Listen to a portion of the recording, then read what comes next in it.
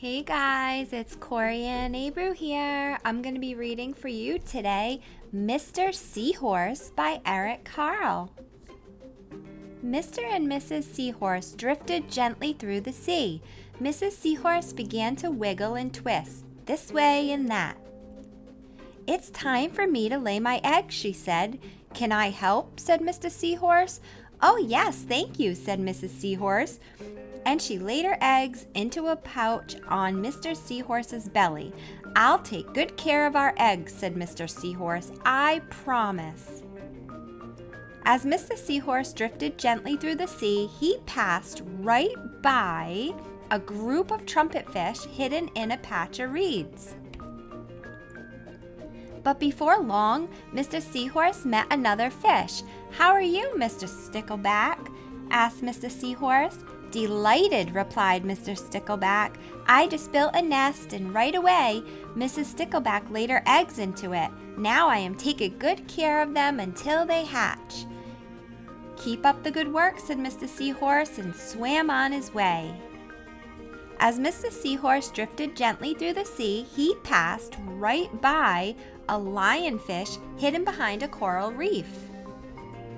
But before long, Mr. Seahorse met another fish. "How are you, Mr. Tilapia?" asked Mr. Seahorse. Mr. Tilapia couldn't answer. His mouth was full of eggs. I know," said Mr. Seahorse. "Mrs. Tilapia laid her eggs. Now you are taking good care of them until they hatch." Mr. Tilapia nodded his head. "You must be very happy," said Mr. Seahorse, and swam on his way. As Mr. Seahorse drifted gently through the sea, he passed right by a pair of leaf fish hidden among the seaweed. But before long, Mr. Seahorse met another fish. "How are you, Mr. Kurtus?" asked Mr. Seahorse. "Perfectly fine," replied Mr. Kurtus. "Mrs. Kurtus laid her eggs, and I have stuck them on my head. Now I am taking good care of them until they hatch." "You are doing a good job," said Mr. Seahorse, and swam on his way. As Mr. Seahorse drifted gently through the sea, he passed right by a stonefish hidden behind a rock. But before long, Mr. Seahorse met another fish. "How are you, Mr. Pipe?" asked Mr. Seahorse. "Couldn't be better," replied Mr. Pipe. "Mrs. Pipe laid her eggs along my belly. Now I am taking good care of them until they hatch." "You should feel proud of yourself," said Mr. Seahorse, and swam on his way.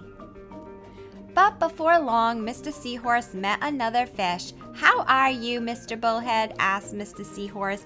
"Tip-top," replied Mr. Bullhead. "Mrs. Bullhead laid her eggs, and the eggs hatched. Now I'm babysitting."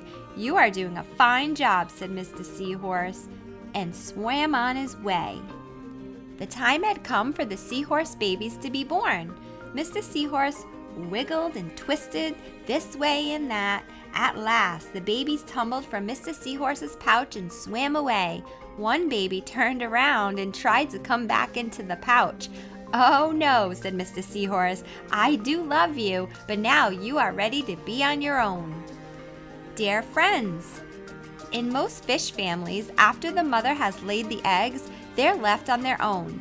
But there are exceptions, such as the seahorse, stickleback, tilapia, Kurtus, nursery fish, pipefish, bullhead, catfish, and some others. Not only are the eggs cared for by a parent, but surprise, that parent is the father. This is my story about them. Thank you guys for watching. Don't forget to like, share, and subscribe. Support this book and the author by clicking the link below. We'll see you next time.